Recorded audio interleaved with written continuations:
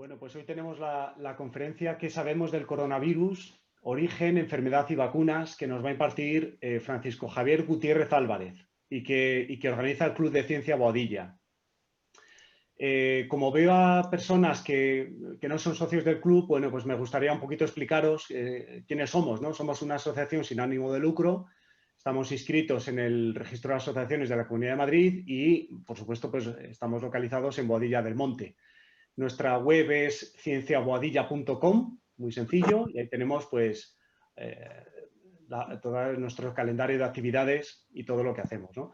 Aunque en general no somos una asociación de científicos, siempre decimos que somos amantes o seguidores de la ciencia y de la divulgación científica, pero también contamos con numerosos científicos y académicos entre nuestros socios, ¿no? Tenemos esa fortuna. Y lo que hacemos pues, es fundamentalmente pues, organizar conferencias, visitas y otras actividades relacionadas con pues, disciplinas científicas muy distintas, biología, química, astronomía, antropología, microscopía, geología, etcétera, principalmente para los socios de nuestro club, pero también una vez al mes hacemos una actividad abierta al público, pues principalmente a los vecinos de Boadilla, cuando teníamos el formato presencial, que es nuestro formato normal, pero pues como en las circunstancias del coronavirus y la pandemia, pues nos hemos pasado temporalmente a un formato online.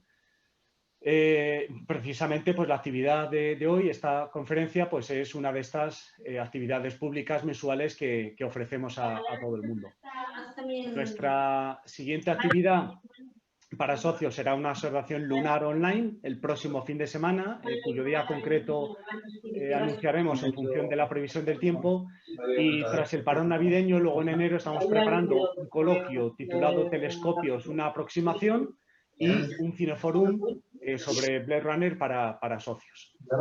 Están en calle Acerinos. Os voy a pedir, por favor, que mantengamos apagados el micrófono y la cámara a todos los que os habéis incorporado en los últimos minutos, porque todavía oigo voces y no sé si hay alguien que todavía mantiene el micrófono abierto. Así que os pido que lo apaguemos y no os olvidéis de mantenerlo cerrado, tanto el micrófono como el vídeo, para evitar interrupciones, ¿no? Interrupciones de sonido y de imagen durante la ponencia. La ponencia la vamos a grabar y si alguien en un momento dado enciende la cámara, momentáneamente cambia la imagen y, bueno, pues no queda bien, ¿no?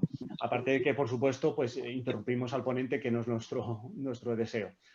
Al finalizar vamos a abrir un turno de preguntas que podréis hacer o bien encendiendo el micrófono y la cámara, ahí sí, cuando os toque, o bien por chat y yo se las leo al conferenciante. Dicho lo cual, pues os voy a pasar a presentaros a nuestro ponente, Francisco Javier Gutiérrez Álvarez. Javier Gutiérrez es biólogo, doctor en biociencias moleculares en la Universidad Autónoma de Madrid. Trabaja desde hace 6 años con coronavirus en el Centro Nacional de Biotecnología, que es el conocido laboratorio que dirige Luis Enjuanes, el jefe de Javier. Concretamente, su trabajo en estos años se ha centrado en la identificación de los determinantes moleculares de la virulencia del coronavirus causante del síndrome respiratorio de Oriente Medio, o por sus siglas MERS-CoV, coronavirus MERS. Como resultado, han producido 3 candidatas a vacunas que dan protección total tras una sola dosis. Y además han desarrollado y probado la eficacia de diferentes anticuerpos neutralizantes frente al coronavirus MERS. Actualmente están aplicando pues, todo este conocimiento adquirido sobre SARS, el coronavirus SARS y el coronavirus MERS, para producir vacunas y descubrir antivirales efectivos contra la infección pues, que tanto nos preocupa, que es el SARS-CoV-2, que es el agente causal de la enfermedad COVID-19. Y además de todo esto, pues es vecino de Boadilla, lo cual completa pues, un currículo perfecto, ¿no? Y nada más, muchísimas gracias, Javier, por responder a la invitación del Club de Ciencia Boadilla y adelante, los mandos son todos tuyos. Bueno, pues muchísimas gracias, Roberto, por la presentación. Y nada, un poco antes de empezar, pues quería pedir disculpas si en algún momento veis que titubeo, que no tengo, pues eso, un hilo muy bien formado, porque ahora mismo, pues como comprenderéis, en el laboratorio estamos muy a tope, entonces he ido juntando diapositivas en mis ratos libres, pero bueno, que cualquier duda que tengáis la resolvemos al final si no ha quedado clara. Y nada, yo lo que quería traer aquí es un poco un compendio de qué sabemos acerca de este nuevo coronavirus, dónde viene, qué enfermedad causa y cuáles son las vacunas que parece que van a llegar al mercado. Y nada, yo cuando empecé a trabajar con coronavirus y le decía a la gente, oye, pues yo estoy trabajando con coronavirus, la gente no tenía ni idea de qué era un coronavirus, ni tampoco de que iba a llegar a causar una pandemia como la que tenemos a día de hoy. Porque como sabéis, a lo largo de la historia ha habido muchísimas pandemias causadas por diferentes virus o incluso bacterias, ¿vale? Y en los últimos 20 años, como podéis ver justamente aquí al final del gráfico, pues hemos tenido algunas bastante importantes, ¿vale? Y nada, un poco por traer esos números, yo nunca, la verdad, que cuando empecé a trabajar con coronavirus pensé que iba a aparecer uno tan pandémico como es el SARS-2, que es el que produce la famosa COVID-19, que en el último momento en el que revisé los datos, pues ya íbamos pues cerca de 68 millones de casos en todo el mundo, ¿vale? Que lo convierte en un problema muy serio de salud pública y en torno a 1,5 millones de muertes, que podemos pensar que es un porcentaje de mortalidad muy bajo, ¿vale? Pero si tenemos en cuenta la tasa de diseminación que tiene este virus, al final nos encontramos con que es un problema real. Ya no solo por las muertes, que también, y son muchas, sino por todos esos casos que estamos viendo de gente con muchas secuelas después de haber pasado la enfermedad o incluso haber tenido unos síntomas leves. Y bien, ¿por qué hablamos de los coronavirus? Pues realmente no es que exista un solo coronavirus. O sea, los coronavirus están allí desde hace mucho tiempo. Son muy diversos y existen varias especies. ¿De dónde vienen evolutivamente? Pues bueno, los primeros coronavirus, haciendo estudios evolutivos, se sabe que vienen de los murciélagos. Luego, después de los murciélagos, empezaron a diseminarse a otras especies animales, ¿vale? En concreto, pues a ciertos mamíferos, entre los que se encontraba el ser humano. Y luego otro grupo de los coronavirus empezó a infectar a ciertas especies de aves. Y se diseminaron en otros dos grupos que infectan aves, ¿vale? O que infectan aves y otros mamíferos. Entonces, una pregunta que siempre me han hecho a lo largo de este año es como, oye, pero ¿cómo puede ser que tú estuvieras estudiando coronavirus si el coronavirus es de ahora? Bueno, pues esta es la razón, porque realmente no es que exista un solo coronavirus. Los coronavirus son una familia de virus, ¿vale? Que engloba, pues eso, muchas especies que infectan muchas especies animales, ¿vale? Tanto mamíferos como aves, entre las que se encuentra el ser humano. Y bueno, nos preguntaréis, ¿y es el coronavirus de ahora el único coronavirus que infecta a humanos? Pues no. Se han descrito un total de 7 coronavirus que son capaces de infectar al ser humano. Los 4 primeros que pongo aquí en esta lista, que parece, vamos, imposible de nombrar, causan lo que conocemos como catarros comunes, es decir, el resfriado común. Al final, cuando decimos a la gente, uff, me he resfriado o tengo un catarro, no lo causa un solo virus, lo causa diferentes virus que al final dan esos síntomas que conocemos como síndrome catarral, ¿vale? Pues entre ellos tenemos rinovirus, coronavirus y otras series de virus.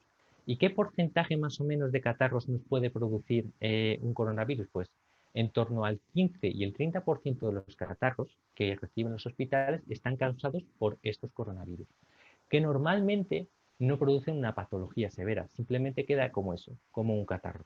Sin embargo, existen otros 3 coronavirus que sí que pueden dar lugar a una enfermedad respiratoria muy severa y muy grave, que puede causar incluso la muerte. El coronavirus del SARS, el coronavirus del MERS y el coronavirus del SARS-2, que es el que produce la famosa COVID-19, en el cual nos centraremos más. Y estos coronavirus, o sea, ¿cómo han aparecido en la población humana? Es decir, de repente han salido de la nada, ha salido de un laboratorio, como se se especula en muchos sitios o como se ha hablado en las noticias? Bueno, la verdad es que la respuesta es un poco más, más realista y más sencilla. Como recordamos de la diapositiva anterior, los murciélagos son un reservorio de muchas especies de coronavirus. Muchas de ellas, algunas ni siquiera las hemos descrito ni las conocemos, pero están ahí, ¿vale? Entonces, cuando el ser humano, pues por acción de deforestación o porque quiere aumentar los espacios en sus ciudades, invade el entorno o el hábitat de estos animales, tanto de murciélagos como otras especies animales que pueden contener coronavirus, lo que hace es aproximarse el ser humano, ¿vale?, a estos animales. Ese contacto estrecho puede hacer que algunos coronavirus que están en estos animales puedan saltar de especie. Este concepto se llama zoonosis, ¿vale?, que es cuando un patógeno, ¿vale?, no necesariamente un coronavirus, sino que puede ser un virus, una bacteria, que infecta a un animal, pasa al ser humano. ¿Qué ha pasado en el caso de estos 3 coronavirus que son altamente patogénicos? Bueno, pues se conoce, por ejemplo, que el coronavirus del SARS, que apareció en la población humana en el 2002, dio un salto de especie a las civetas, que son como una especie de gato salvaje que vive en la región del sudeste asiático. Y como el ser humano, bueno, como los chinos en esa región utilizan a las civetas como un alimento y como un animal con el cual comercial, pues lo que pasó es que hubo un contacto entre las civetas y el ser humano y hubo un salto de especie finalmente al ser humano. Algo parecido ocurrió con el MERS. Según se ha estudiado, se ha visto que los dromedarios portaban este virus no desde el 2012, que es cuando apareció en la población humana, sino que aparecía incluso en registros de muestras de algunos camellos y dromedarios, incluso de mediados de los años 70.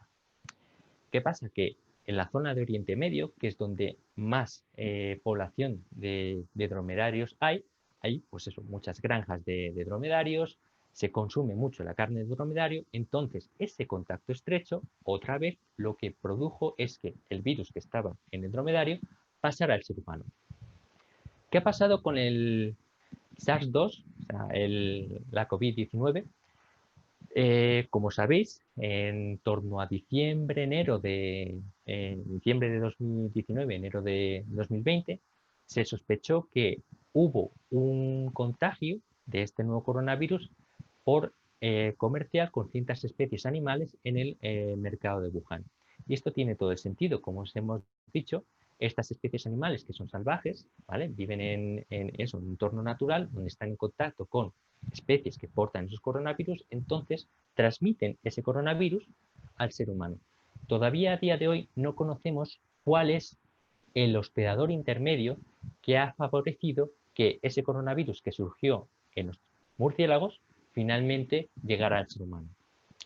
Esto nos podría ayudar el día de mañana para controlar los hábitats de ciertas especies animales e intentar no invadirlos o respetarlos para así crear una barrera natural entre nosotros y los animales y evitar futuras pandemias de estos coronavirus u otros agentes infecciosos.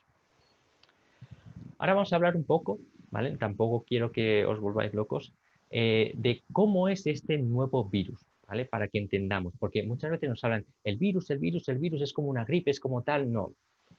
Vamos a poner como 3 conceptos para hablar de qué es el virus, qué es lo que hace y cómo nos produce esa enfermedad y qué es lo que tiene dentro de su genoma, ¿vale?, para producirnos esa enfermedad. Aquí he puesto esquemáticamente cómo se vería, si lo dibujáramos, un coronavirus, ¿vale? Tenemos la proteína, la famosa proteína de las espículas, con la que se han hecho muchas vacunas en la superficie del virus, y esta proteína es la que le va a permitir unirse a las células e introducirse e infectarlas, ¿vale? Y luego aquí lo que he puesto es como un esquema lineal de cómo se llaman los genes que tiene dentro de su genoma este virus. Pero no quiero que os aprendáis todos, simplemente los vamos a clasificar. Tenemos por un lado, ¿sí?, tenemos por un lado las ORF1 y ORF1A y 1B.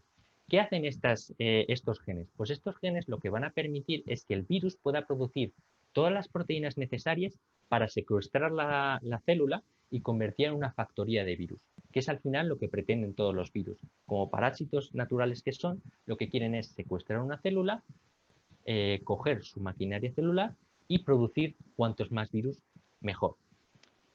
Además, lo que va a producir es una serie de proteínas estructurales. Estas proteínas estructurales son las que le van a dar la forma al virus final para que luego pueda salir de la célula y poder seguir infectando. Y luego un tercer grupo de genes, ¿vale? Se llaman los genes accesorios. Estos no son esenciales para el virus, porque sin ellos puede seguir vivo y puede seguir multiplicándose y puede seguir infectando. Pero ¿qué pasa? Que le dan cierta ventaja, ¿vale? Para poder producir mejor sus virus y también para propagarse mejor. ¿Qué es lo que van a hacer estos virus? ¿Qué es lo que van a hacer estos genes? Lo que van a hacer es dificultar que nuestro cuerpo y nuestro organismo monte una respuesta inmunitaria frente a esta infección. ¿Vale? Ya conociendo cómo es el virus, vamos a hablar de la enfermedad que produce, es decir, la COVID-19. ¿Por qué se llama COVID-19? Pues por las siglas de Coronavirus Infectious Disease y 2019 porque fue el año en el que apareció. Y un poco aquí lo que voy a comentar es ese espectro o ese abanico de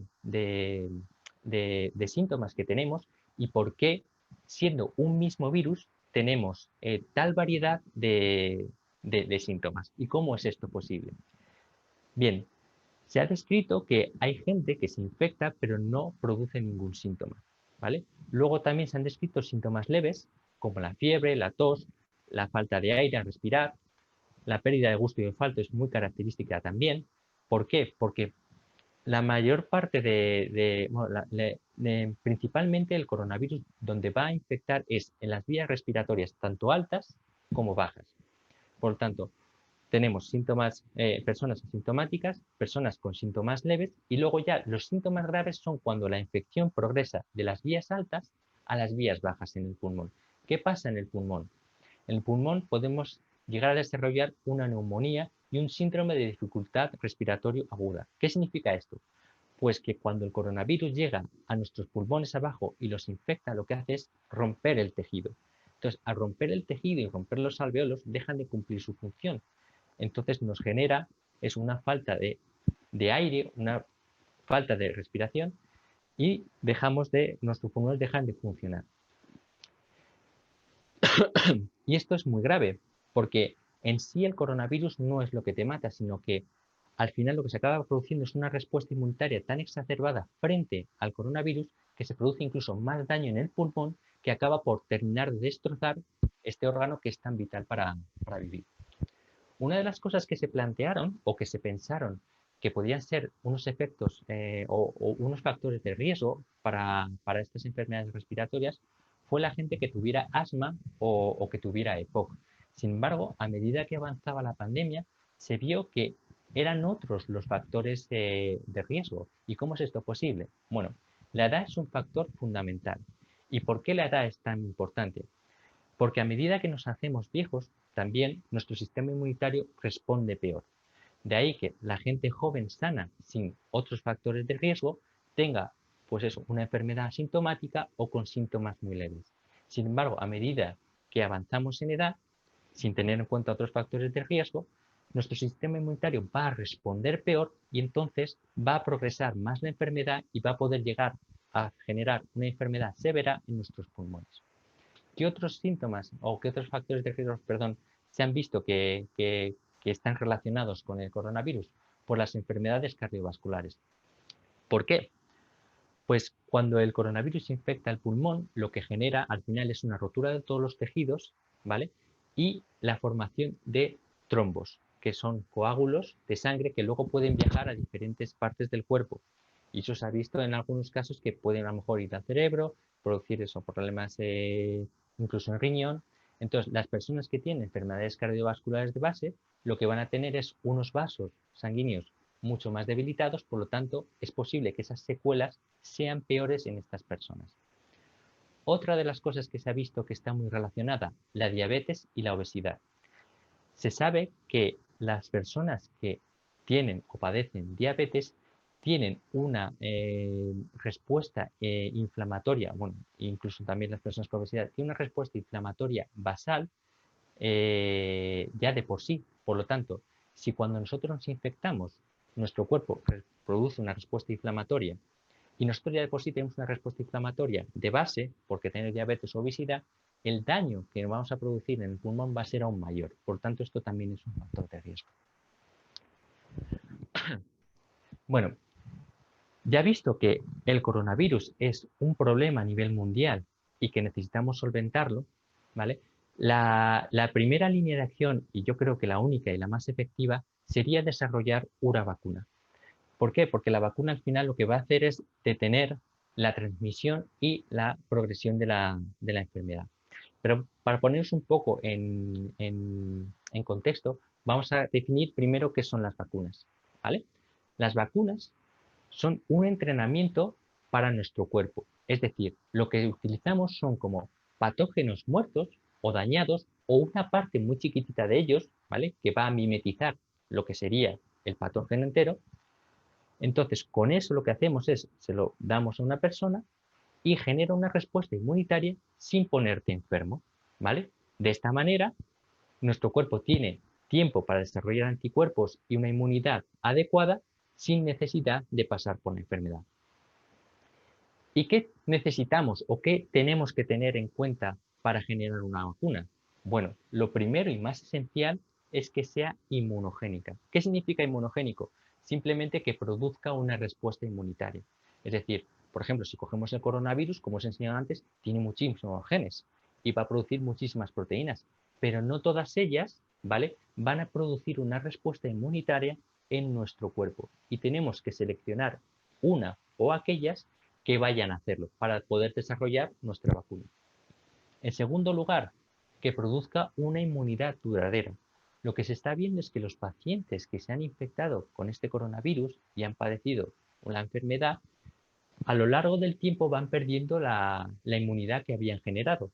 En el caso de las personas asintomáticas o con síntomas leves, esa inmunidad se pierde muy, muy temprano. Entonces necesitamos que la vacuna que nosotros vayamos a producir produzca una respuesta muy potente que dure el máximo tiempo posible. Luego, que sea estable. Creo que a lo mejor en las noticias habréis oído que la vacuna de Oxford se puede mantener entre 2 y 8 grados centígrados, que la de Moderna se puede mantener a menos 20, que la de Pfizer a menos 80. Bueno, esto va a ser crucial para la distribución. O sea, nosotros podemos tener una vacuna que sea muy inmunogénica, es decir, muy potente, que dure la inmunidad un montón, pero oye, si no la puedo distribuir, ¿de qué me sirve? O sea, por ejemplo, en países muy desarrollados sí que tenemos una cadena de frío en la cual podemos utilizar las vacunas como la de Pfizer o la de Moderna.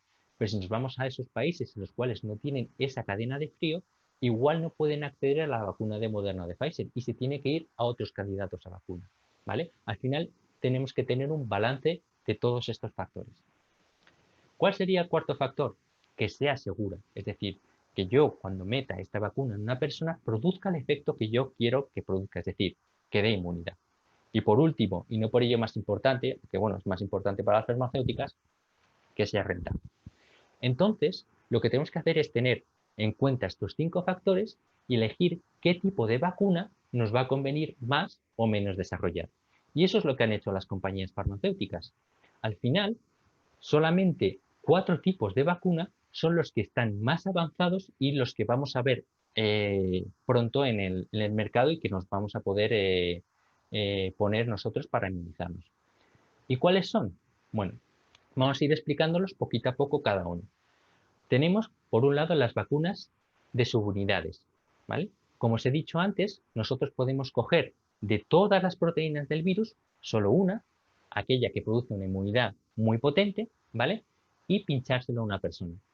Pero hay veces que cuando la pinchamos por sí sola, pues en nuestro cuerpo como que no le gusta, no lo ve bien, ¿vale? Entonces, lo que se suele hacer es añadir una molécula que se llama adyuvante, que lo que va a hacer es hacer esta molécula más apetecible al sistema inmunitario. Y lo que va a hacer es hacer que la respuesta inmunitaria sea aún más potente. ¿Y hay compañías que estén desarrollando estas vacunas? Sí, por ejemplo, tenemos a Novavax o una coalición entre GSK y Sanofi. Por otro lado, tenemos las vacunas genéticas, las famosas de Moderna y Pfizer, que al final son las que primero van a llegar al mercado. ¿En qué se basan estas vacunas? Bueno, lo que hacen es ir un paso atrás. No voy a coger la proteína, sino que voy a coger el gen que codifica esa proteína. Y tenemos dos formas de administrarla, en forma de ADN o en forma de ARN, que luego lo explicaré un poco más en detalle. La ventaja que tienen estas vacunas con respecto a las de proteínas es que nosotros podemos coger ese ADN y ese ARN, metérselos a una persona que vaya por el torrente sanguíneo, se meta en una célula y cuando llega a esa célula produce muchísima cantidad de proteína. Por lo tanto, no es una cantidad fija, sino que va a producir mucha cantidad. Es decir, es una respuesta muy potente la que va a producir y además es muy segura. Luego tenemos las vacunas, como por ejemplo la de Oxford, que se basan en vectores virales. ¿Y qué es esto de un vector viral? Pues no es más que un caballo de Troya. Es decir, nosotros cogemos otro virus, ¿vale? Que está muy atenuado, muy atenuado, que es muy seguro, como es un adenovirus, ¿vale? Y lo que hacemos es meterle el gen de esa proteína del coronavirus. El funcionamiento es muy similar al de las vacunas genéticas, porque ese virus que está muy atenuado lo que va a hacer es llegar a una célula y una vez esté dentro de esa célula va a producir cantidades y cantidades ingentes de la proteína del coronavirus que nosotros queremos. Y por último, tenemos las vacunas de virus inactivado. Estas vacunas son como las vacunas clásicas. ¿Y en qué se basan? Bueno, no me rompo la cabeza, es decir, cojo el virus, lo crezco en el laboratorio a cantidades enormes y claro, eso es un virus que me puede matar y es virulento, pero lo que hago es matarlo, lo inactivo, de manera que lo que hago es generar mucha cantidad de las proteínas del virus en el laboratorio, pero cuando se las voy a meter a una persona, ya no es el virus patogénico, es decir, no va a producir ninguna enfermedad. Bien, pues este sería un esquema general de cuáles son las vacunas o los tipos de vacuna que al final han avanzado a ensayos clínicos y que tenemos ahora mismo a punto de aprobarse para su uso en humanos. Y ahora un poco más en detalle os para que lo veáis gráficamente, cómo estas vacunas llegan a una célula, ¿vale? Y generan esa inmunidad. Primero lo que haríamos sería administrar esa vacuna a una persona. Y una vez la vacuna, ya sea las tipo genéticas o las tipo de vector, o bien las de virus inactivado o las de proteína, tienen que llegar por el torrente sanguíneo a una célula donde se integre dentro y luego esa célula lo pueda presentar al sistema inmunitario. ¿Cómo lo hacen las vacunas genéticas y las de vectores virales? Bueno, pues entran en la célula, producen una molécula intermedia, es decir, un ARN mensajero, y a partir de ese ARN mensajero se produce esa proteína tan deseada que es la que nos va a producir inmunidad frente al coronavirus. En el caso de las vacunas inactivadas o de las de subunidades, directamente lo que entra en la célula es la proteína. Esa proteína lo que se va a hacer es exponerse en la superficie de la célula y esa célula lo que va a hacer es buscar una célula del sistema inmunitario que va a ponerse a trabajar para empezar la respuesta que nosotros queremos. ¿Y cuánto tarda normalmente, si no fuera un caso, una pandemia con la que tenemos ahora, en desarrollarse una vacuna? Bueno, pues normalmente una vacuna tarda en desarrollarse, y no exagero, entre 5 y 20 años. ¿Por qué? Porque tenemos distintas fases. Primero tenemos una fase experimental. Como os he dicho, al final, cada patógeno es diferente y tenemos que seleccionar el tipo de vacuna que queremos y seleccionar a lo mejor las proteínas con las que queremos inmunizar. Eso lleva mucho estudio, es decir, muchos años de ver cuáles funcionan, cuáles no, cuál es la mejor estrategia, cuál descartamos, cuál puede llegar a funcionar y cuál no. Esto requiere mucho tiempo. Después de esta fase experimental en la cual hemos visto cuál es la mejor estrategia, ya nos planteamos ir a un modelo animal, es decir, no se lo vamos a meter directamente a un ser humano. Primeramente tenemos que ver que produce inmunidad y que es segura. ¿Y dónde lo hacemos? En un animal. Y una vez tenemos estos dos datos, ya nos podemos plantear hacer una fase clínica, con la cual ya experimentamos o tratamos a seres humanos. Y tenemos las famosas 3 fases de la fase clínica.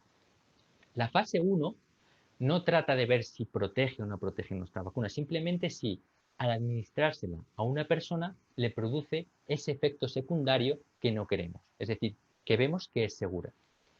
Ya en una segunda fase sí que intentamos ver si nuestra vacuna produce inmunidad y cuál es la dosis adecuada.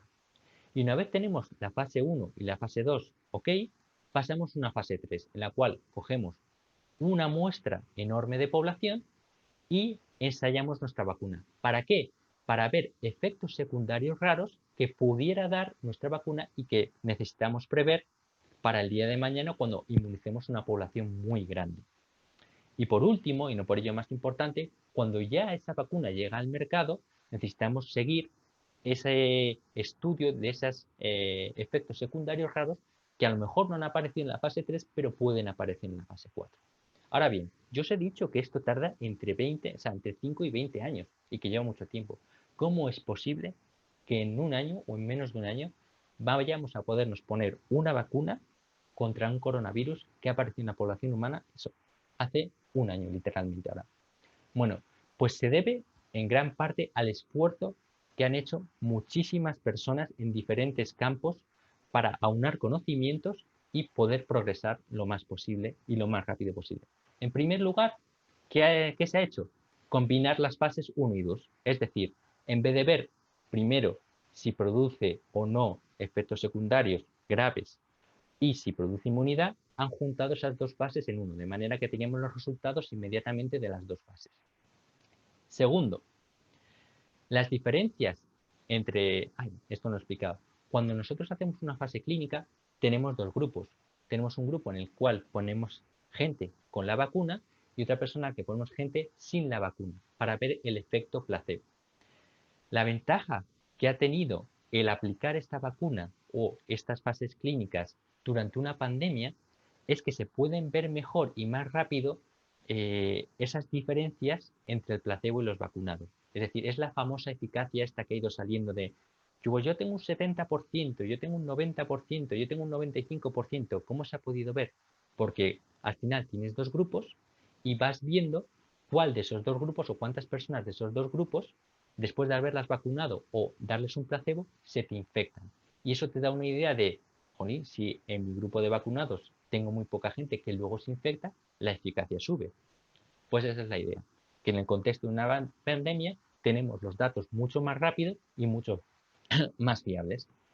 Tercero, el esfuerzo de muchos países y la transparencia en los resultados. Esto ha sido crucial. Al final tenemos países como Rusia, China, Reino Unido y Estados Unidos que han desarrollado una vacuna basada en un vector adenoviral y entonces han compartido esa información y han visto que este tipo de vacuna funciona y han probado como subvariantes de estas vacunas para poder, pues eso, cubrir más espectro. Cuarto, se ha generado eso, se han financiado la producción de grandes cantidades de vacuna antes de que éstas se hayan aprobado. Es decir, en previsión de que todas las fases fueran bien, lo que han hecho las compañías farmacéuticas antes de esperar a los resultados de fase 3 es poner en marcha cómo plantearían esa producción a gran escala para el día de mañana, cuando tuvieran el producto final, directamente ponerse a producir al día siguiente. Quinto, un amplio conocimiento coronavirus. Aquí voy a volver a las diapositivas del principio. Como os he dicho, no existe un solo coronavirus, sino que existen muchísimos coronavirus. Y no solo coronavirus humanos, sino coronavirus animales. Y realmente el estudio profundo de los coronavirus empezó como hace 20, 30 años. Por lo tanto, tenemos un montón de información, a lo mejor no de este coronavirus nuevo, pero sí de otros coronavirus. ¿Y qué se ha hecho? Utilizar ese conocimiento para seleccionar qué proteínas eran o iban a ser las más prometedoras para generar una vacuna. Por lo tanto, no teníamos que invertir mucho esfuerzo en la fase experimental. Directamente decíamos esta y la vamos a llevar a fase experimental con animales y luego a fase clínica. Y eso ha permitido acelerarlo mucho el proceso. Y por último, también Por otro lado, aparte de estudiar mucho los coronavirus, también se han estudiado mucho los tipos de vacunas. Es decir, por ejemplo, las vacunas de ARN mensajero, como son las de Moderna o la de Pfizer, llevan estudiándose desde hace 40 años. Por lo tanto, ha sido muy fácil combinar el conocimiento de una cosa y de otra para poder generar una vacuna. O, por ejemplo, el estudio de los vectores adenovirales, que es también lo que ha permitido que vacunas como la de AstraZeneca, la de Oxford, hayan llegado tan rápido al mercado. Ahora bien, mucha gente se está planteando, a raíz de ciertas noticias de efectos secundarios muy raros, si debo o no debo vacunarme. La pregunta no es si debo o no debo vacunarme, sino que, bueno, que para mí no hay debate. O sea, yo creo que cada uno deberíamos vacunarnos porque al final, si lo tenemos en cuenta, la frecuencia por la cual se dan estos efectos secundarios raros es muy baja y es más probable que nos infectemos y tengamos una enfermedad severa, incluso nos muramos, que un efecto secundario de una vacuna nos vaya a producir realmente daño. ¿Qué riesgos tienen en verdad las vacunas? Porque se ha hablado mucho de autismo, bueno, un montón de teorías conspiranoicas. Bueno, pues realmente lo que se ha visto es que, y esto es muy normal, es que las vacunas producen efectos leves y transitorios. ¿Por qué? Porque al final nos están pinchando en un brazo, nos están pinchando en una pierna y esa administración por vía intramuscular lo que va a producir es una pequeña o un dolor, una hinchazón momentánea que no va a ir a más. Sin embargo, algo que sí que puede pasar es que como a la vacuna se le añaden ciertos componentes, como por ejemplo conservantes para que no se pongan malas o antibióticos también se ponen para que no se contaminen, pues hay personas que de forma natural ya tienen alergia o ciertas reacciones frente a esos otros componentes que no son la vacuna, ¿vale?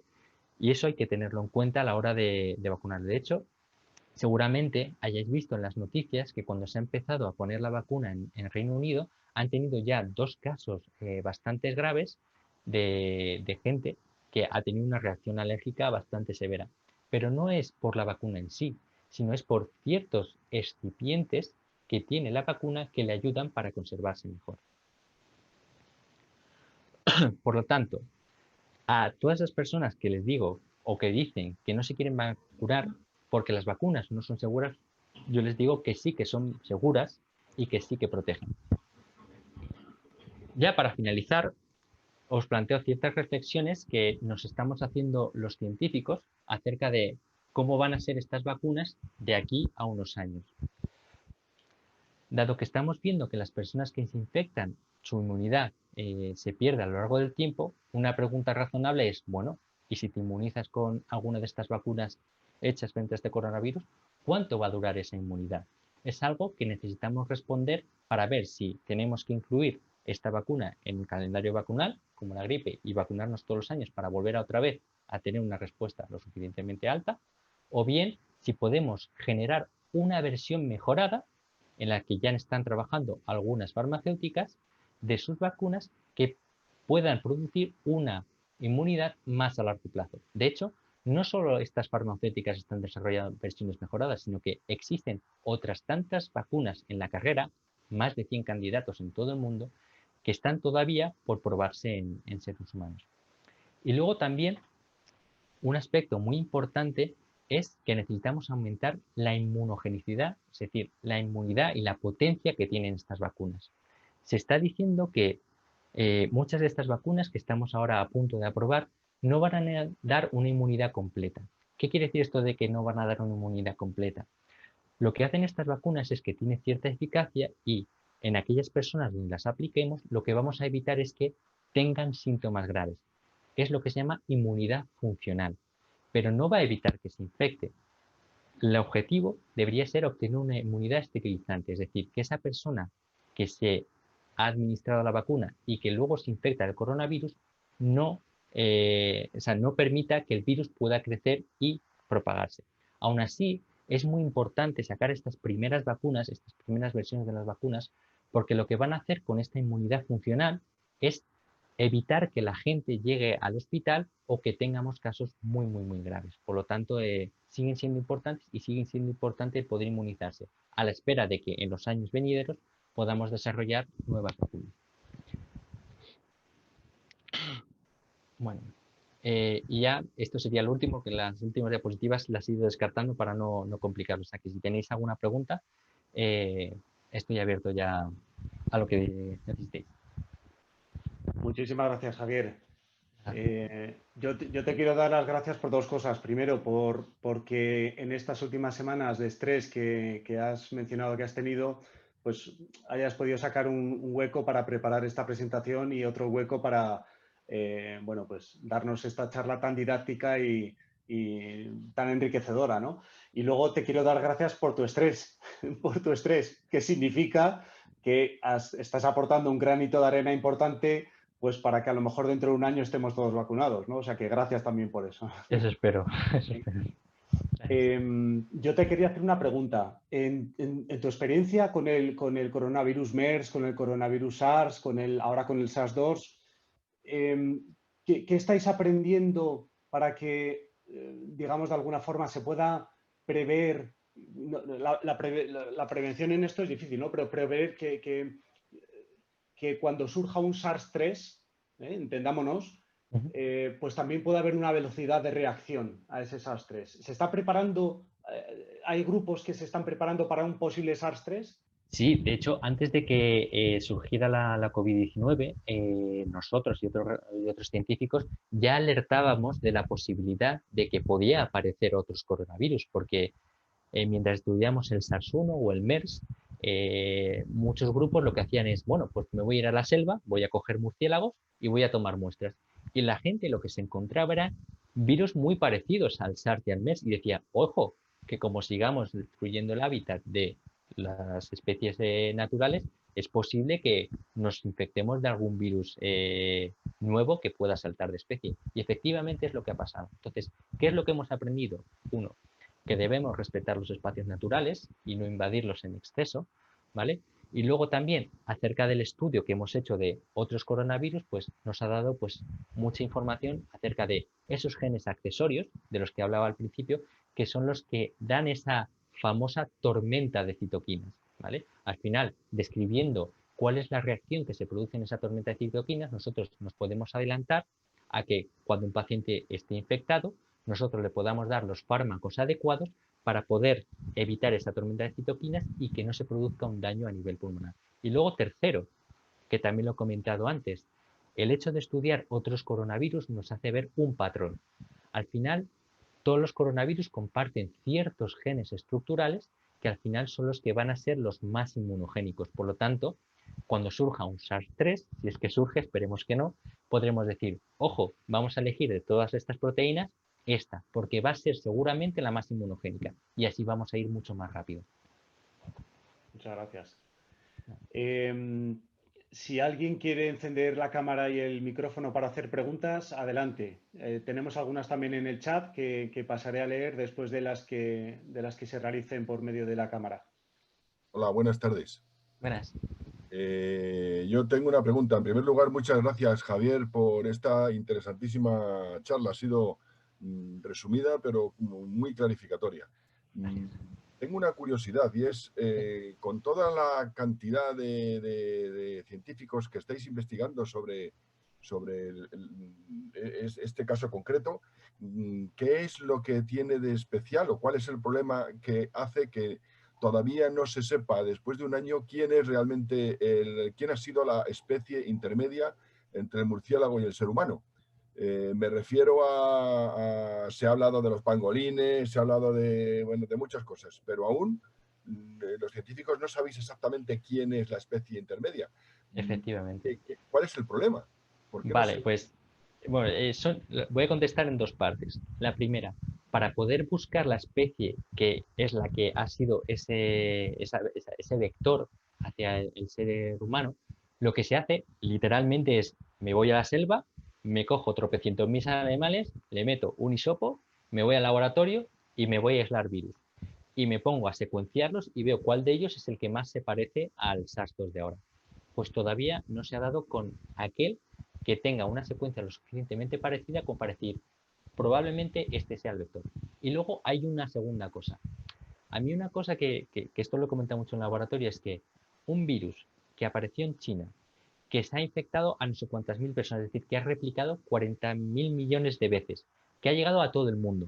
Al final, el virus que tenemos en todo el mundo, con respecto a ese virus original que saltó de especie, tiene apenas unas 1000 mutaciones en todo el genoma. Y dices, eso es poquísimo, pero poquísimo, poquísimo, poquísimo. Y de hecho, comparado con otro virus como es el MERS, no ha perdido ningún gen apenas. Entonces, eso abre una pregunta.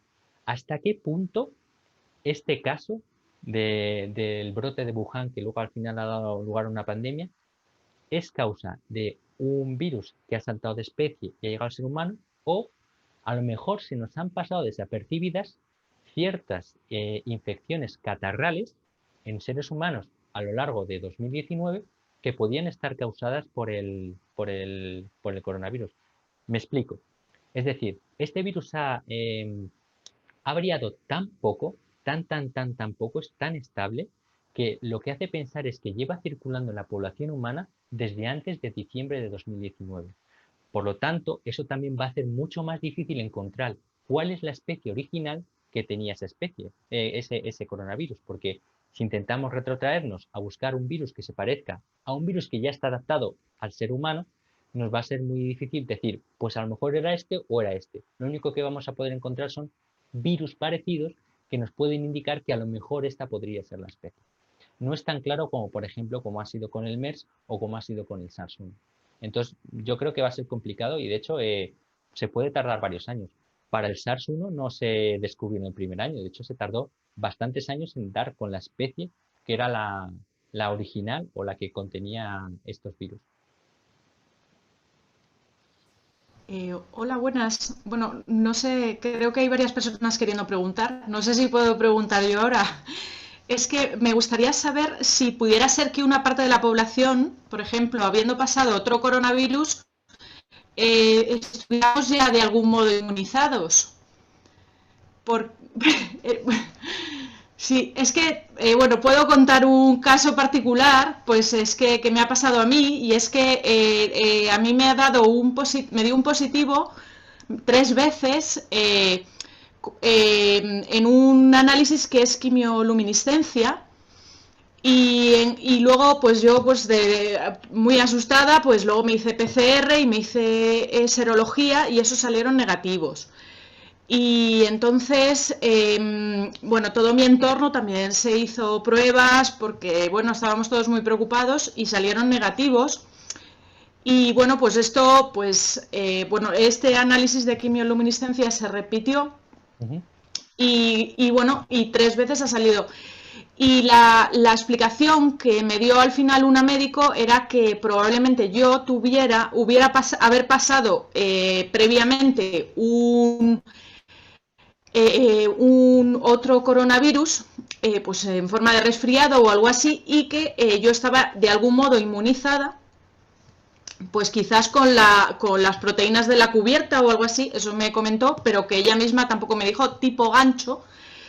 Y que entonces, pues pero que no, claro, no me podía asegurar nada, era todo una pura hipótesis, ¿no? Pero para dar una cierta explicación a ese positivo, que luego ya no salían nada más, ¿no? Y yo no he tenido síntomas ni nada, he tenido mucho cuidado y todo.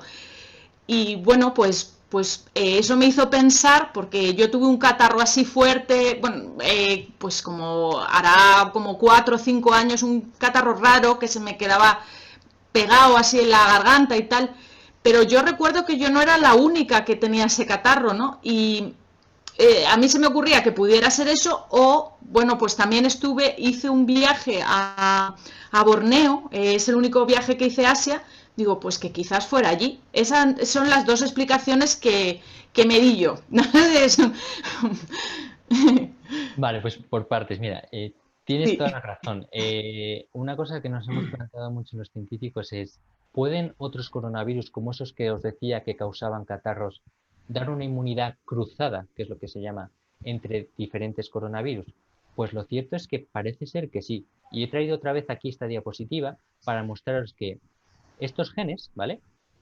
son muy parecidos, o sea, la estructura es muy parecida en todos los coronavirus. Estos genes están muy conservados en las diferentes especies. Entonces hay partes de estas proteínas que se parecen mucho entre diferentes coronavirus. Entonces se ha visto en un estudio que se ha hecho cogiendo gente que tenía un historial de COVID y gente que no tenía un historial de COVID, que dentro de estos que no se esperaba que tuvieran una respuesta de anticuerpos o una respuesta celular, que es de hecho más importante, pues sí que tenía una respuesta celular frente al SARS-2. Y dices, ¿cómo es esto posible? Pues encontraron, ¿vale?, que ciertas proteínas de esta región y ciertas proteínas de esta región, ¿vale?, daban inmunidad si te habías infectado con otro coronavirus frente al SARS-2. O sea que la hipótesis sí que es correcta. Aunque no te da una inmunidad muy potente como para no infectarte o como para no tal, sí que es lo mínimo como para que si tú te infectas del SARS-2, tu cuerpo diga, oye, esto me suena un poco, vamos a montar una respuesta por si acaso. Y entonces no desarrollas unos síntomas severos. Por tanto, sí, la respuesta sí. Se está viendo que sí que hay cierta inmunidad cruzada entre diferentes coronavirus que producen un catarro. Muchas gracias. Voy a Y leer gracias por la charla. Encantado. Voy a leer, si no os importa, Buenas una tardes. pregunta de Marisa. Si me permitís hacer una pregunta, Manuel, o me paro. Manuel, un segundín, perdóname. Un poco me gustaría, Sí. por mantener el orden y que no se quede ninguna Vale. pregunta atrás. No te preocupes, que te tengo anotado y discúlpame. Vale. Nada. Marisa preguntaba, que fue yo creo que la primera persona en preguntar, por eso me gustaría que no se quedara atrás la pregunta. Te quiere preguntar por el chat, dice, si en el caso de las reacciones alérgicas a la vacuna, se puede decir qué alergia sería relevante o peligrosa y que desaconsejara la vacunación. Pues es que eso ahí me pilla un montón, porque la verdad es que las compañías farmacéuticas son muy reacias a decir exactamente la composición que tienen de su vacuna. Pero lo que están diciendo es ciertas alergias a algunos medicamentos, ¿vale? Es decir, porque esos medicamentos comparten excipientes con la vacuna, no es ahora mismo la lista, pero está ahí, y ciertas alergias alimentarias. Por ejemplo, la vacuna de Moderna, lo que hacen es coger esa molécula de ARN, que por sí sola es muy lábil, se puede destruir muy fácilmente, y lo que hacen es meterla como como una bolita de grasa, ¿vale? Al final esa bolita de grasa lo que hace es permitir que viaje mucho más fácilmente hasta la célula. Pues se ha visto que en algunas personas esa envuelta que le ponen al RNA para protegerlo, pues sí que también puede dar una reacción por gente precisamente que tiene reacciones alimentarias. Entonces, poco contestando a la pregunta, pues se ha visto que os está elaborando una lista de ciertos excipientes compartidos, ¿vale? Para que si hay gente que ya tiene alergia contra otros medicamentos, puede decirle, oye, esta vacuna no te la pongas porque le puede dar reacción, o bien ciertas alergias alimentarias. Entonces le dirán, oye, pues la de Moderna no, mejor ponte esta otra, aunque tal. Mira, me he anotado un poco el orden por respetar a la gente que bueno, va haciendo preguntas y mantener un poquito de orden, ¿no? Félix, Jaime, Maite, José Lumbreras. Es un poquito el orden que creo que siguen haciendo preguntas. Entonces, Félix, si quieres hacerla en cámara y si no, leo lo que has escrito. Bueno, pues leo. Félix lo que te pregunta es, ¿qué opinas de las últimas noticias e informaciones sobre vacunarse con 2 vacunas? Y por otra parte, ¿qué opinión te merece la vacuna rusa Sputnik? Mira, es una pregunta, voy a contestar primero la segunda. Me hace mucha gracia que la gente esté reacia a vacunarse con la vacuna rusa porque sea rusa. Y voy a dar un dato curioso. Una vacuna de China, la vacuna rusa, la vacuna de Johnson & Johnson, la vacuna de AstraZeneca, y no me acuerdo ahora cuál otra más, se basan exactamente en lo mismo. O sea, en un vector adenoviral. Lo que pasa es que cada una de estas compañías ha utilizado un vector adenoviral diferente. Por dar así unos datos, la de AstraZeneca lo que ha utilizado es un vector adenoviral de chimpancé y la rusa ha utilizado 2 vectores adenovirales de 2 serotipos diferentes de un adenovirus. Al final, ¿por qué utilizan estas estrategias o por qué utilizan ciertos serotipos de un adenovirus? Porque al final el adenovirus es un virus que está circulando en la población humana, entonces yo puedo tener inmunidad ya contra ese adenovirus. Entonces, si me dan una vacuna que está basada en un adenovirus, mi cuerpo lo que va a hacer es reaccionar contra ese adenovirus. Entonces, ese adenovirus nunca va a llegar a una célula y producir la proteína del coronavirus que lleva dentro. Entonces, de hecho, lo que diría es que la vacuna rusa tiene una ventaja, porque tiene dos vectores adenovirales diferentes. Es decir, tiene un serotipo poco frecuente y luego otro serotipo poco frecuente en la población. De manera que cuando te meten el primero, ¿vale? Tienes inmunidad tanto contra el vector como contra la proteína. Pero cuando te meten el segundo, como es un vector diferente, lo que se va a hacer es potenciar lo que tienen en común los dos, que es la proteína del coronavirus. Entonces, para mí me parece que la estrategia que ha elegido precisamente Rusia es bastante buena. Y también es muy buena la que ha utilizado AstraZeneca con la vacuna de Oxford, porque ni siquiera ha cogido un adenovirus humano, ha cogido un adenovirus de chimpancé. Es decir, que ninguna persona en el planeta tiene inmunidad contra un adenovirus de chimpancé, por lo tanto, también va a ser una respuesta muy potente. Y la primera pregunta ya me he perdido. Perdona, que estaba en silencio. No, te preguntaba sobre vacunarse con 2 vacunas. Vale. Pues esto puede tener cierta ventaja un poco siguiendo el hilo de la estrategia que ha seguido la vacuna de Rusia. Al final, todas estas vacunas, la de Moderna, la de Rusia y tal, se han basado en lo mismo, ¿vale? Han cogido la proteína de las espículas, ¿vale? Del coronavirus, y lo único que han hecho ha sido presentarla de formas diferentes.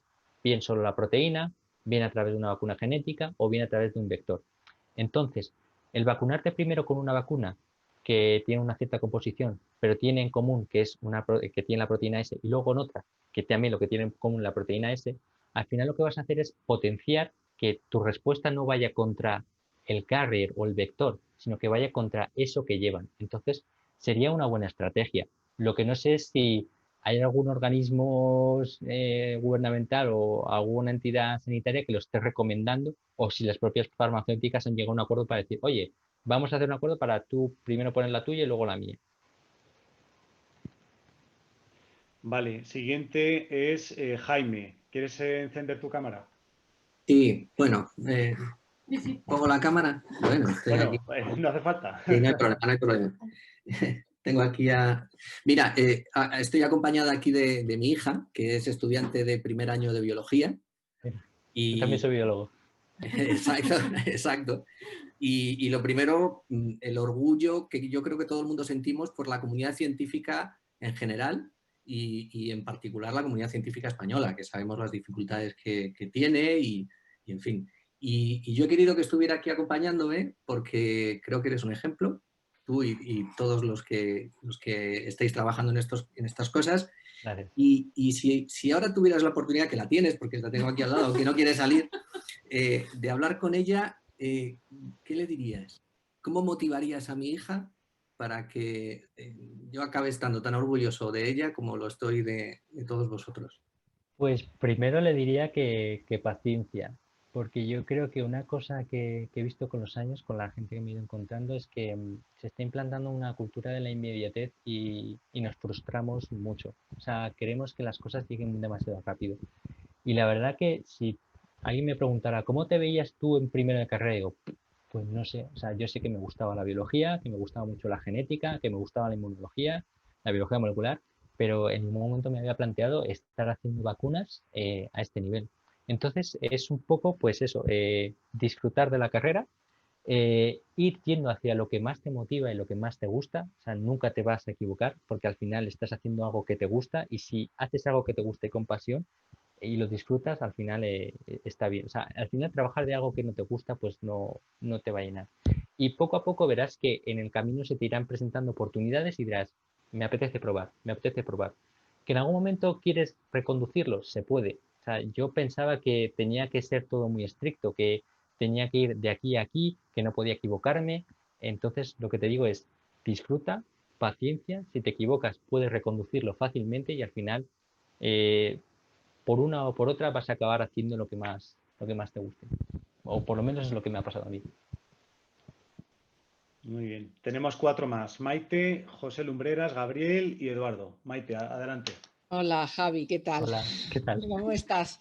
Me alegro muchísimo de oírte y bueno, ya sabes que siempre hemos estado contigo en toda tu carrera, o sea que esto sí que es un orgullo. El pensar que yo, la verdad es que, bueno, ahora mismo con la recomendación que le has hecho, es efectivamente paciencia, ilusión bueno, y pensar que esto es una carrera y un Carrera de trabajo fondo, sí. en el que es de fondo, pero es enfocado a la sociedad, ayudar a la gente y la verdad que tiene mucho de disfrutar, ¿no? Yo te quería hacer un par de preguntas. Una en referencia a la vacuna de Glaxo. Hace poco ha salido la noticia de que la vacuna de Glaxo no es suficientemente eficaz, que tiene una eficacia de un 70% y es la que se ha hecho con la proteína, ¿no? Sí. En principio. A priori podríamos pensar que fuera quizá menos efectiva en el sentido de que, o sea, si fuera más efectiva, perdón, en el sentido de que, bueno, es la clásica, es la proteína, estás creando una inmunidad, digamos, mimetizando un poco la estructura del virus o la cubierta del virus. Y la otra, sin embargo, de RNA el RNA es mucho más inestable, mucho más fácil de degradarse, con lo cual uno podría pensar que quizá fuera más efectiva la de Glaxo, y sin embargo no es así. ¿Tú crees que es por algún motivo especial que tiene este virus que no tiene, por ejemplo, el de la hepatitis o cualquier otro? Claro, porque es que al final Sanofi creo que es de hecho el que produce la vacuna de... No, ¿es Sanofi el que produce el adyuvante o Glaxo? Es que ya me lío, porque creo que es uno el adyuvante y otro la proteína. Bueno, al final lo han basado en su vacuna de gripe, es decir, crecen la proteína en baculovirus, la producen a cholón y le meten el adyuvante. Y es que dependiendo de cuál sea el inmunógeno que tengas, puede ser que tengas un adyuvante que te funciona muy bien para un tipo de antígeno, pero luego lo cambias a otro antígeno y ya pues eso, ves que la eficacia no sube. Entonces tienes que ir variando el antígeno, el adyuvante. Eso es el primer hándicap que le veo. El segundo es que, como al final tú solamente inmunizas con una cantidad fija de proteína, al final necesitas varias dosis, o sea, yo creo que incluso más de 2, porque creo que eso han probado 2, para conseguir la misma inmunidad que otras vacunas. Y luego, la desventaja que le veo contra una vacuna RNA es que al final la vacuna RNA, con muy poquita cantidad, al final eso llega a una célula y produces kilos de proteína que al final se van a presentar de forma natural, o sea, se van a procesar de forma natural y va a llegar al MHC y luego va a llegar a presentarse a la célula competente, pues de manera natural. Por lo tanto, es un proceso, yo creo que más estable. Yo hubiera apostado más por las vacunas de DNA, pero yo creo que las de ADN. Pero es verdad que presentan el hándicap de que se puede integrar en el genoma. Yo creo que al final, por eso, de esas tres, que se basan un poco en coger el antígeno y presentarlo de diferentes maneras, la de RNA, aunque es más inestable, con el polímero adecuado es la que al final ha llegado más lejos. Por eso, porque realmente con una dosis normalita consigues una potencia bastante grande y luego si das una segunda dosis ya consigues unos niveles de eficacia muy grandes que a lo mejor simplemente con una cantidad limitada de proteína pues a lo mejor tienes que irte a incluso 3 dosis para conseguir esa eficacia elevada. Yo lo veo así, vamos.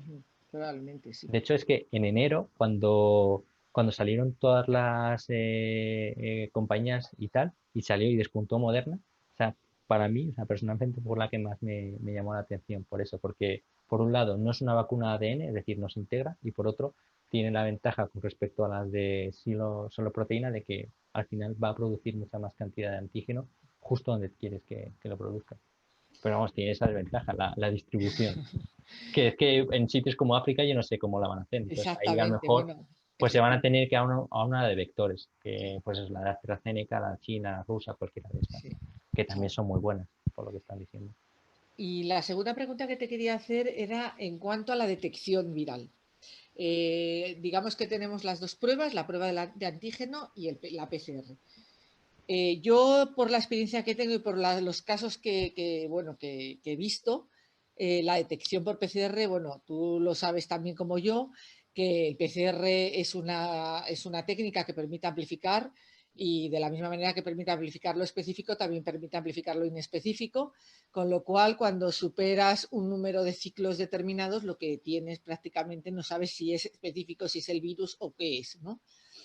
Claro, el problema de esto radica en que mucha gente se ha hecho la PCR y no ha habido un sistema de, digamos, preciso de decir por encima de este ciclo esto es positivo o no lo es, con lo cual hay mucha gente que dice he sido positiva y lo vuelvo a tener. O he sido negativa, y que es lo menos frecuente, porque lo normal es que seas positiva, pero en realidad no lo seas, es decir, que seas un falso positivo, sencillamente porque el sistema de detección es tan sensible que realmente está detectando algo que no es el virus. Entonces, no sé qué opinión tienes tú de esto. Es que, claro, al final se juntan dos cosas, que con la PCR cuantitativa detectas tanto virus vivo como virus no vivo. Es decir, puede ser que tengas ahí restos de alguien que te ha escupido lo que sea, lo suficiente para que, al ser tan sensible, dé señal, pero realmente no estés infectado. Y luego está el tema de los ciclos. Al final la PCR cuantitativa da de 0 ciclos a 40. Y yo la verdad que entre el ciclo 35 y el 40 no me fiaría mucho, porque yo personalmente en ratones que les he metido mogollón de virus, cuando luego cojo ese pulmón y veo que tiene un ciclo entre el 35 y el 40, o sea, cuando yo cojo ese mismo pulmón y hago una extracción para ver si tiene virus, no hay virus vivo. Claro. Es decir, hay un fondo basal. Entonces, yo creo que se está implementando ahora nuevas PCRs cuantitativas que en vez de simplemente amplificar un gen, amplifican hasta 3. Varios, que claro. son la proteína N, alguno de la replicasa Claro. y luego un fragmento intergénico. Entonces al final tienes como 3 validaciones que te dicen, oye, pues sí que tienes 3 pruebas que son diferentes, con diferentes oligos que van a amplificar cosas diferentes, y entonces ahí sí que puedes hacer un balance mejor. Pero aún así, cuando te hacen una PCR nunca te pueden decir tienes virus vivo, tienes virus inactivado. No, Es decir, claro, simplemente tienes presencia del genoma viral. eso es. No Eso sabes es. si es infectivo o no lo es. Efectivamente, efectivamente. De hecho, a mí me ha pasado. O sea, a mí cuando en marzo di positivo, yo no me lo creía. Pero luego sí se vio que una persona que está cerca de mí, pues sí, tuvo los síntomas estos de petequias rojas. Y de hecho, a mí cuando me hicieron el EISA, o que dio muy bajito, digo algo, y dije, pues el primer contacto es real. Pero es que luego al mes volví a dar positivo y dije, mira, no me lo creo. Y dije, por favor, repíteme la PCR. A los 4 días, negativa. Por eso, porque debe haber ahí unos ciclos que es que, claro, es indeterminado. O sea, pues muchas gracias, Javi. Un placer. Nada, gracias. José o Manuel, os decía que Manuel se me olvidó mencionarle y anotarle. Pues si quieres José primero y luego Manuel. José, soy yo, me imagino. Hola, buenas tardes, ¿me oyes? Sí, sí. Sí, ¿no? Bueno, ante todo, enhorabuena por tu trabajo y por tu magnífica exposición y muchísimas gracias por darnos tanta luz sobre el tema. Gracias a ti por querer escucharla. Yo tengo varias preguntas, no sé si me van a dejar hacer todas, pero bueno, voy a ser rápido. La primera es, etimológicamente, ¿por qué se llama corona? Porque se llama corona en inglés y en todos los idiomas, corona, que es una palabra castellana, vamos. Sí. Pues, bueno, si quieres te respondo. Pues es curioso, porque no es por la corona de los reyes, es por la corona que forma un eclipse de sol. Entonces, al final, cuando forma un eclipse de sol, o sea, cuando se pone la luna, se forma alrededor de la luna una corona. Y eso se llama igual en todos los idiomas. ¿Y por qué se llama a estos virus coronavirus? Porque precisamente lo que recuerda, a ver si, porque seguís viendo la presentación, ¿verdad? ¿Veis estas? Al final recuerda, por eso, como a un eclipse de sol. La mayoría de los virus, ¿vale? Si nos ponemos ahora a revisar los nombres que tienen, os vais a fijar que tienen nombres de formas a las que nos recuerdan, porque al final se describe, pues eso, por microscopía electrónica y dices, hoy pues me recuerda a la corona de un eclipse de sol. ¿Cómo yo voy a llamar a estos virus? Coronavirus. Y ya está. Pero vienen ahí, no de la corona de los reyes, sino de la corona de un eclipse de sol. Eso le va a gustar mucho aquí a los astrónomos del grupo. Segunda pregunta. Yo he escuchado, bueno, que hay parte de la cadena del virus, porque el virus es una molécula, tiene parte de la cadena del AIDS, del SIDA, Sí, SIDA. Y no sé si eso es cierto o no es cierto. Es decir, que da la impresión de que podría haber sido fabricado genéticamente fusionando partes de una molécula y otra. ¿Eso es cierto o no es cierto? Ojalá supiéramos lo suficiente como para poder coger diferentes cosas y generar el virus que queremos, pero lo cierto es que no. ¿Qué pasa? Que se haya encontrado una secuencia parecida a una que se encuentra dentro del virus del VIH, lo único que nos indica es que diferentes virus llegan al final a estrategias similares. Es decir, al virus del HIV le conviene esa secuencia porque en la proteína que genera, pues dentro de la célula que infecta le viene bien, y por otro lado, el coronavirus, pues por cuestiones evolutivas, al final llega a la misma conclusión. Entonces, no es que se haya insertado ahí, sino que por convergencia evolutiva se llega a eso. Un ejemplo más claro, ¿vale? Tenemos las moscas, que tienen alas, los murciélagos, que tienen alas.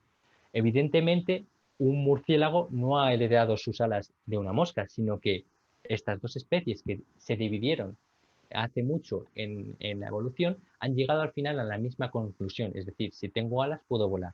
Y no es lo mismo, por ejemplo, que los murciélagos y las aves, que al final esa estructura ósea viene del mismo sitio. Entonces, sí se podría indicar que esa estructura ya no es solo por analogía, sino también es por evolución. Por lo tanto, vamos a entenderlo, ¿vale? Como que es una analogía entre moscas, ¿vale? Y murciélagos, ¿vale? Que al final han llegado a una misma estrategia que les conviene. No más que se haya insertado, que alguien haya cogido una secuencia y la ha metido ahí. Bueno, la tercera pregunta yo creo que es más fácil. ¿Por qué ahora? O sea, ¿por qué si el hombre lleva en contacto con los animales, con el murciélago y durante muchos años, por qué la zoonosis se produce ahora? ¿O es que el virus se ha generado ahora? ¿O es que el virus ha sabido cómo saltar ahora? Claro, esto lo explicaba al principio. Al final, bueno, si comparamos a principios del siglo XX con principios del siglo XXI, evidentemente el impacto que ha tenido el ser humano en la naturaleza es mucho mayor ahora que antes. Y ahora mismo nosotros estamos, pues eso, destruyendo más el hábitat de las especies naturales de lo que lo hacíamos anteriormente. Por lo tanto, ahora estamos mucho más expuestos a patógenos que antes estaban aislados. Porque ¿dónde viven los murciélagos? Viven en la selva o viven en ciertas comunidades. Y si el ser humano no va allí, al final nosotros no vamos a entrar en contacto con esos virus que esos portan. ¿Qué pasa? Que cuando les vamos comiendo terreno, al final esa interacción se hace más clara. Y no solamente de los murciélagos con los humanos, sino del murciélago con ciertas especies domésticas, como por ejemplo las civetas o los dromedarios, que esas sí que están más en contacto con nosotros. Por lo tanto, no es que haya aparecido ahora de casualidad, es simplemente por acción humana. Es decir, nosotros nos exponemos más porque lo que hacemos es comerle terreno a las especies salvajes, tenemos más contacto con ello y por lo tanto propiciamos que algún virus que casualmente infecte las dos especies, pues nos lo traigamos a casa. Siguiente pregunta. ¿Hay vacunas que están basadas en ADN o son moléculas de ADN? Y si esas vacunas producen alteración en la genética de la persona a la que se le inyecta la vacuna. Vale, de por sí no ¿Qué vacunas son ADN? ¿Eh? ¿Qué vacunas son basadas en ADN? Pues ahora mismo no hay ninguna que haya llegado a fase 3, pero sí las hay. Y no es que el que nos vacunen con un ADN nos vaya a modificar todo el cuerpo, sino que, o porque haya alguna secuencia dentro de ese ADN que haga que nos quieran controlar, sino porque por la propia naturaleza que tienen las moléculas de ADN, es decir, las que nos vienen como las que nosotros tenemos, hay veces que por cuestiones así azarosas es posible que se integren dentro del genoma. Y el problema no es que algo que lleve algo que lleve esa secuencia nos vaya a producir algo, sino que al interrumpir esa molécula de ADN, nuestros propios cromosomas, nos puede producir una alteración en esa célula que luego puede producir un cáncer, ¿vale? O sea, el problema no es tanto por la secuencia que produzca o por la secuencia que tenga cierto ADN, sino porque ese ADN está interrumpiendo nuestros propios cromosomas. Es decir, da igual el ADN que sea, ¿vale? Si es capaz de llegar a un núcleo de una célula nuestra y por azar se integra dentro de alguno de nuestros cromosomas, lo que nos va a hacer es perjudicarnos por eso, porque está interrumpiendo la función normal de nuestros propios genes. No sé si ha sido muy técnico o si más o menos te... más o menos. Una pregunta es que hay consecuencias o efectos secundarios del virus que son trombosis o cardiopatías. ¿Esto por qué se produce? Porque en teoría el virus afecta a las vías respiratorias. ¿Por qué se producen estos efectos tan nocivos en el cuerpo humano? Vale, voy a resumir muy rápido cómo es la infección de coronavirus. El coronavirus nos entra por la nariz, ¿vale? Infecta las vías altas, ¿vale? Que son pues la garganta, la nariz, tal. Y al final llega a los pulmones. ¿Qué pasa cuando llega a los pulmones? Los pulmones, ¿qué tenemos? Tenemos los alveolos. Los alveolos son saquitos de aire, ¿vale? Que al final están rodeados de un montón de capilares donde se va a hacer el intercambio de oxígeno. Es decir, son zonas que están muy vascularizadas, donde hay mucha sangre. Entonces, si el coronavirus viene y rompe esos vasos, al final lo que va a hacer la sangre es salir. Y al salir, lo que va a hacer es coagularse y formarse, pues es un coágulo. Ese coágulo, si nuestro cuerpo no es capaz de limpiarlo bien, lo que va a generar es un problema, tanto a nivel pulmonar, porque puede ser un tromboembolismo pulmonar, o lo que es aún más grave, que ese coágulo pueda viajar a otras partes del cuerpo. Entre otras, pues se ha visto, pues eso, en el riñón, que puede dar lugar a fallo renal, o lo que es aún más grave, que puede viajar incluso al cerebro, que puede provocar un tromboembolismo cerebral. Entonces, no es en sí que el virus produzca eso, sino que como el virus al final está infectando una célula y la está matando, y como cerca tiene esos vasos sanguíneos se van a romper. Y al romperse, si no se cura bien nuestro cuerpo, se forman esos coágulos que luego nos pueden dar esos efectos secundarios a largo plazo o esas secuelas. Luego ya la última, ya no molesto más.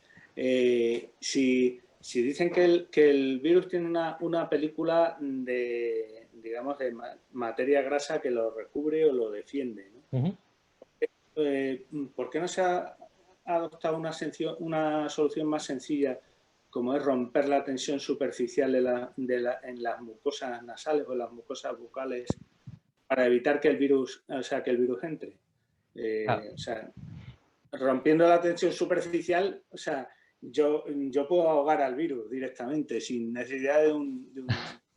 Pues precisamente, ¿vale? Eso es lo que hace cualquier desinfectante que utilizamos para las superficies. Es decir, el propio jabón lo que va a hacer es disolver esa bicapa lipídica que está envolviendo al coronavirus y le va a inactivar. ¿Qué pasa si eso lo hacemos con nuestro propio cuerpo? Tenemos que tener en cuenta que estos virus han copiado la misma estrategia que nuestras células, porque nuestras células tienen todo contenido también en una gota de grasa. Y esa es la forma por la que pueden entrar, porque si el coronavirus tiene eso, una bicapa lipídica, eso es una gota de grasa, y las células también, al final lo que hacen es fusionarse y entra. Si nosotros utilizáramos eso dentro de nuestro propio cuerpo, estaríamos también dañando nuestras propias células. Evidentemente nos cargaríamos el coronavirus, efectivamente, pero también nos estaríamos dañando. Por eso para nuestro cuerpo tenemos que utilizar otro tipo de moléculas que vayan contra el virus, pero sin fastidiar nuestras propias células. Por lo tanto, contestando a tu pregunta, ¿podemos usar agentes tensioactivos, que es como se llama, para destruir el coronavirus? Sí, pero no en nosotros, en las superficies. O sea, lavándonos las manos, limpiando las superficies, y esta es la estrategia que se está usando. Bueno, muy bien. Pues gracias y un saludo y enhorabuena de nuevo. Gracias. Bueno, para no prolongar demasiado y que Javier pueda descansar adecuadamente, vamos a hacer 4 preguntas, si nos dejas, Javier, Manuel, Gabriel, Mercedes y Eduardo. ¿Te parece bien? Sí. Adelante. Soy Manuel. Bueno, muchas gracias, Javi, por esta conferencia tan didáctica, y para mí ha sido casi más productivo las respuestas a las preguntas que la conferencia en sí. Sí, es que al final iba a ser más productivo. Sí, me las han pisado todas, así que paso. Muchas gracias por tu exposición. Muy interesante.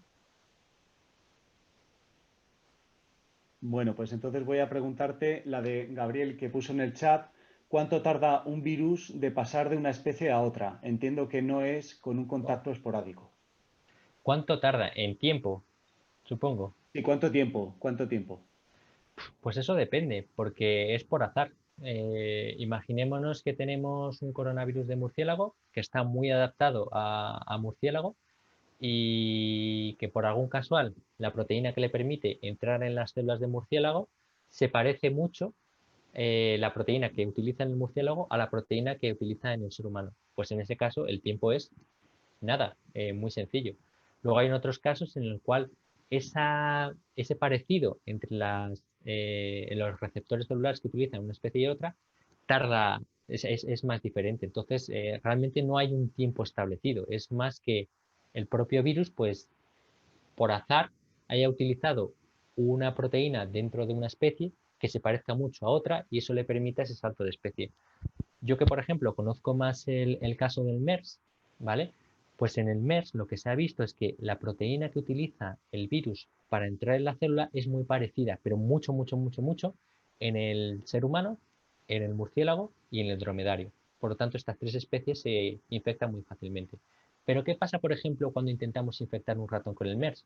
Es imposible, es imposible. ¿Y sabéis por qué? Porque hay un pequeñito cambio en esa misma proteína en el ratón que ya la hace lo suficientemente diferente como para que no se infecte. Y además se ha intentado adaptarlo, el virus, para que pueda infectarlo y aun forzándolo es imposible, pero porque ese impedimento no se lo permite. Entonces es más una cuestión azarosa y de que el virus elija una proteína que se parezca mucho en diferentes especies. Y eso va a condicionar mucho hacia qué especies se produce esa expansión del virus. Gracias. Mercedes pregunta también en el chat, ¿crees que la técnica ARNM abre un mundo nuevo de posibilidades en las vacunas? De hecho, sí. De hecho, es que donde más terreno habían avanzado las vacunas ARN es en cáncer. Ahí estaban súper avanzadas. Y lo que se ha hecho es, bueno, oye, si tenemos esta técnica muy avanzada en cáncer, que además es muy difícil de aplicar porque al final sería una terapia muy personalizada, muy costosa y tal, pues lo que han dicho, oye, si en vez de meter un antígeno de cáncer, metemos un antígeno viral, entonces la verdad que abre muchas posibilidades por varias cuestiones. Uno, son vacunas muy potentes. Dos, son muy baratas.